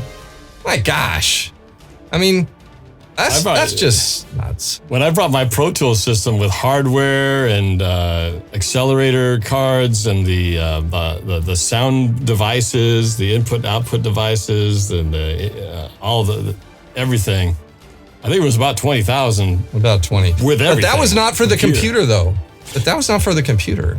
That was for the computer plus a whole bunch of hardware. That's what I'm saying. That was everything. So just to pay double, almost triple that for just the computer is mind-blowing. Yeah, and there's no monitor part of that either. That doesn't include a monitor. Yeah, you still got to buy a monitor. That's true. It's just yeah, that's crazy. So, getting into this Apple tax and priciness of Apple, to me, that just hits the nail on the head. I mean, it's insane. I mean, if you're going to go Apple, you better have deep pockets. Yeah. Again, it would be a more fair comparison if you did have the PC equivalent, so you can really see how much cheaper a PC version, pound for pound, if it's even possible to make one. Well, perhaps one of our listeners in the comments might be willing to type up a comparison, but I can guarantee you it will not hit $55,000. Well, I'm sure about that. The question is how much farther from it would be. Will it be half the price? Will it be 2/3? I mean, that's a pretty powerful machine you just described, but yeah, $55,000. Whew. That's pretty steep. That's half the cost of a Tesla, right? Well, it depends on which Tesla, but you can get one of the smaller Teslas for that price. I think you could get into a Tesla for that amount, or you get half of a really souped up Model S or something. But I mean, as a video filmmaker, I mean, having 6 streams of 8K ProRes RAW, well, that sounds pretty awesome. I mean, that means I could probably have 12 streams of 4K ProRes RAW and 20 streams of 2K. Even with our current PCs, I mean, we struggle with editing. We can't edit in high quality. We have to make proxies if we really want to play 4K. But, I'm working on a 3-year-old PC that I had built by a very reputable PC company. And once we, get through this COVID and maybe get back to a little more work, I would definitely like to get some new PCs. But yeah, you're working on your computer from a reputable company. I'm working on a computer made by you. Yeah, a not reputable nobody. So I'm hanging in there with my computer, but make it work. I was cheap, wasn't I? Yeah, well, the machine wasn't free, but the cost of labor was free labor. Yeah. So I get 4 streams of choppy 2K video. Well, your computer is technically more powerful than mine because it's not as old. So you actually have a faster PC than I do. So there. Yeah, but it was made by you. So it probably dropped a few notches from there. Yep. Yeah, isn't it nice to know when Norb's computer has problems, guess who he calls? He does have an open hotline. That's the one thing. Apple doesn't have the tech support hotline to the guy. Well, I got the tech support hotline to the guy right here. Mike, it's not working. Fix it. You built this piece of crap. You fix it. Oh, man. So there you go. A little education. And I think we talked more about PCs and Apples than we actually talked about the movie. But it's fun to relate because they kind of go hand in hand with each other for sure. Yeah. But, I guess that brings us to the point of the show. I imagine you must have some kind of surprise here, some kind of anti-Apple poster or something. What do you got? I have a few things. No, actually, this is not anti-Apple at all. This is Apple memories. Okay.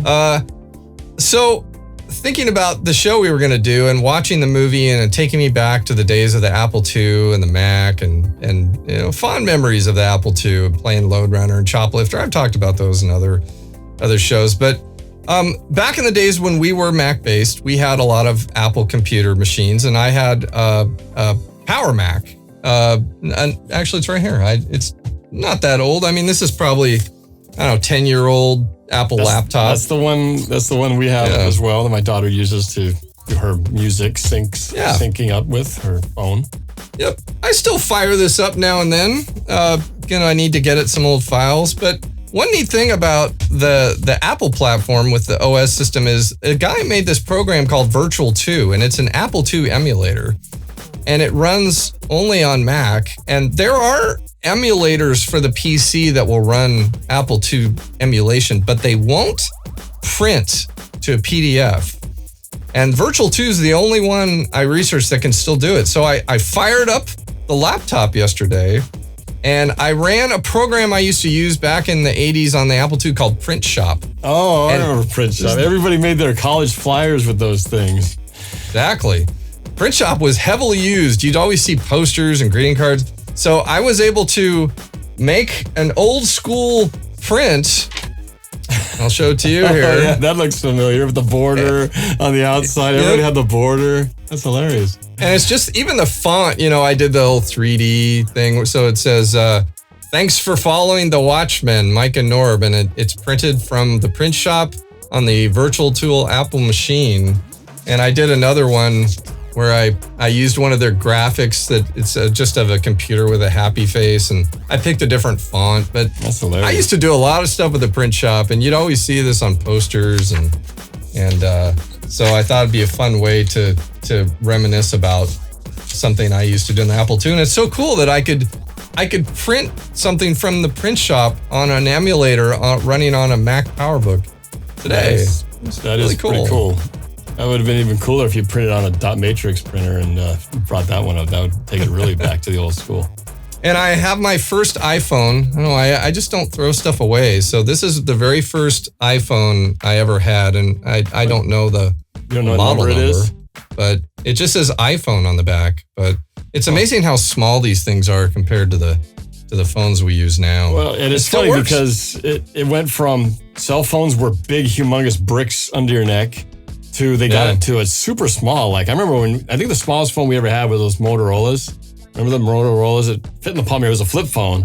And a little antenna stuck out, but it was fitting about the palm of your hand. And then it just went up from there. It's like it was a push to make them smaller. And then when they realized how cool smartphones were and people were watching stuff, also it's like, we need to get them bigger. So they just keep getting bigger and bigger and bigger to the point where it's almost like bordering on tablet size, but it's still a phone. So it is funny how it went from here to here, and now who knows at what point is where you just stop making it. It's like too big. It's too big of a phone, but they're getting pretty big again. So I pulled this off the shelf, but this is just from our days I still have all the software. So I had the box. This is our OS 10.5 Leopard software installation, but the really cool packaging. I mean, Apple, they did a great job. It has this holographic. You can even see it even looks good on the video, how I move it around and it changes. But, I mean, when Mac would come out with a new OS version, I mean, it was always exciting. It would have good improvements. And so I still have all that stuff. And I still have lots of our Macs sitting around. I got one behind the desk there. There's one out in the garage. I mean, I've never gotten rid of any of our old machines. I've got an old PowerBook from the PowerPC era that, and I even, you gave me some old hardware and I was able to use my old Mac Mini to record digital audio streams from Brett's theater performances, which is great. Yeah. So I'm still, I guess you could say I'm still using a Mac Mini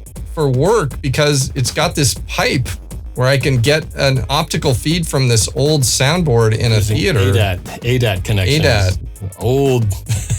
Old sound connection thing is very obsolete now. So, I don't hate Apple, but I guess you could say I just don't, they don't work for me anymore. I just, probably the only thing I guess I could say I hate about Apple is I still think they jack the prices up too much. That's probably the one thing I'd say I don't like. I think they don't need to, but they're about profit. I mean, they want to make money. And I don't know what she thinks about that, but well, I think in agreement that yes, they pay. You got to pay too much, or not too much, but you definitely know you got to pay extra when you get in bed with Apple. And in the movie, Steve Jobs was fighting to get the price down. The price down, I know. But at some point, it was still high, even when he was still alive with the company. So it just became an Apple thing. But they're still doing pretty good at this point. So we'll see what the next swing is. It went PC, or for you, it was Mac or Apple to PC to Apple, and now PC. Who knows if you're just going to stay there for the rest of your life, or is there going to be some other thing that Amiga 2.0 will come back and sweep everybody off their feet? You talk about the video toaster, and the big word in that video toaster video was paradigm shift. That video toaster video taught me that word. I never heard the term paradigm shift, and now I know that means a big change, and maybe there's a paradigm shift ahead for Apple that could change everything again for all of us. I don't know. It would have to be that would make me considered, because right now Apple hasn't done anything innovative in a long time. They just keep pumping out new iPhones and new power banks, and I mean they've not innovated at all in years. I think in a way maybe that's been lost with the passing of Steve Jobs. And they talked about in the movie that they were complaining all they do is have that, instead of the Apple II, it's the Apple IIe, the Apple IIc. I mean, just Apple III. Keep trying to profit from what they've got. So I guess I would ask you, Norb, do you think Apple's gonna actually innovate again? Because they haven't done that in a long time. Well, I agree that they have not been the innovative company coming up with groundbreaking type stuff since Jobs is gone, because I think the first big, after the computers, the first into the small device side was the iPod, and then there was the iPhone. They had the iPod Shuffle and the Nano, but they had the phones. And what's the next thing? I mean, I know that Apple's trying to get into the whole movie streaming thing, in terms of actual production, just like Amazon has, just like Netflix has. That's kind of different because it's not technology That's not that we can innovation, access. So, but yeah, as far as technology, I don't know. It feels kind of like, what is the next big thing now? Because it's all about the phones right now, it feels like. I don't think there's a lot of innovation in the desktop computer side or even the laptop side. It feels like it's all about mobile devices. And I don't know. I don't know what that next big thing's going to be. But it would take a major thing where either Premiere and Adobe would have to make a major faux pas in what they're doing in order for us to get away from the Premiere Adobe line of products, because right now it's working pretty darn good. And again, Apple was working pretty darn good for a while till they pulled the plug on the stuff we were using. So, yeah. But, nothing lasts forever. At some point, things change. Just like right now, you think of social media and, Facebook's still there, YouTube is there, Instagram and Twitter, and, TikTok's kind of the new trend right now. And at some point, something's going to go away. Something's just going to fall off because people just stop using it. It's going to go the way of, what was that one that everybody's using that was pre-Facebook? It was all for music stuff. MySpace, yeah, MySpace. That's like talking about the dinosaurs, right? Oh, they went extinct when the asteroid hit the Earth. It's kind of like that. It just went boom, gone. At some point, one of these is going to go away. It's hard to imagine a world with no YouTube, just because it's so everything prevalent, and Facebook too, for that matter. But at some point, one of these is going to go.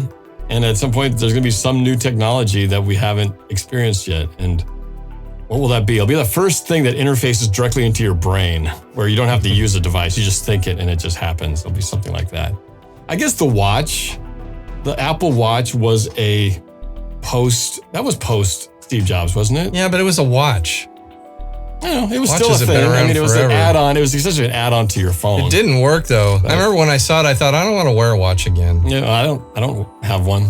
My wife's got one. I know other people who wear them and use them, but it wasn't one of those. It didn't have the same I must have one thing, well, to me though, I bet your wife wanted it because it was a fashion statement. I can't believe she wanted it because it was practically going to do something for her. That to me sounds like a total piece of jewelry.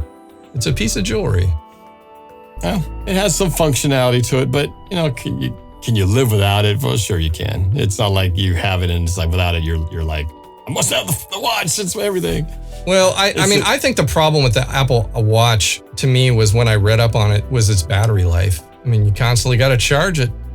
It's not going to run for 10 days straight.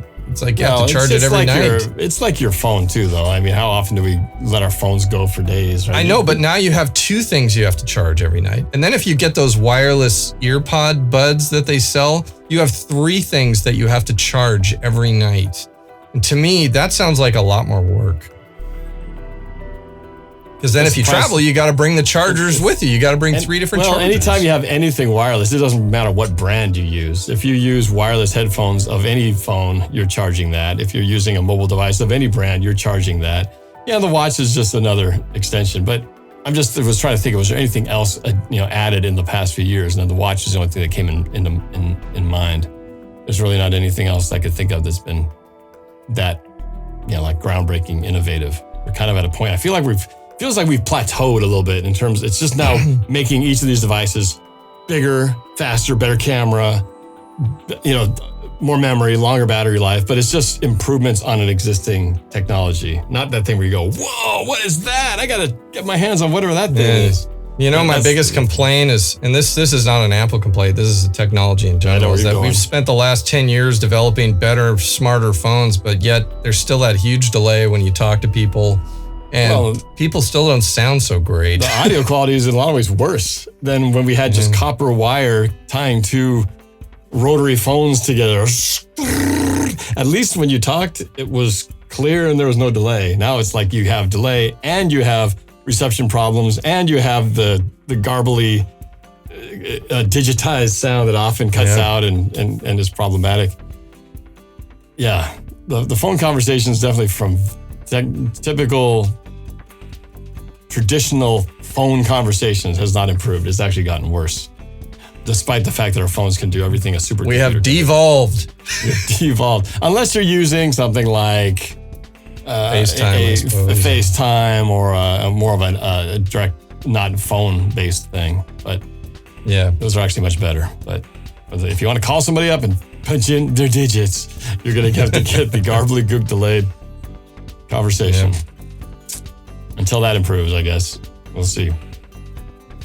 Well, and with that, I will hold up this little sign again. Thank you for following The Watchmen. Mike and Norb. Yeah, that's right. And if you're following The Watchmen, that means you're either watching on YouTube, like you watching right now. So thank you for doing that. Hit that like button, comment, share, hit the subscribe button and the bell, because that all helps our presence on social media.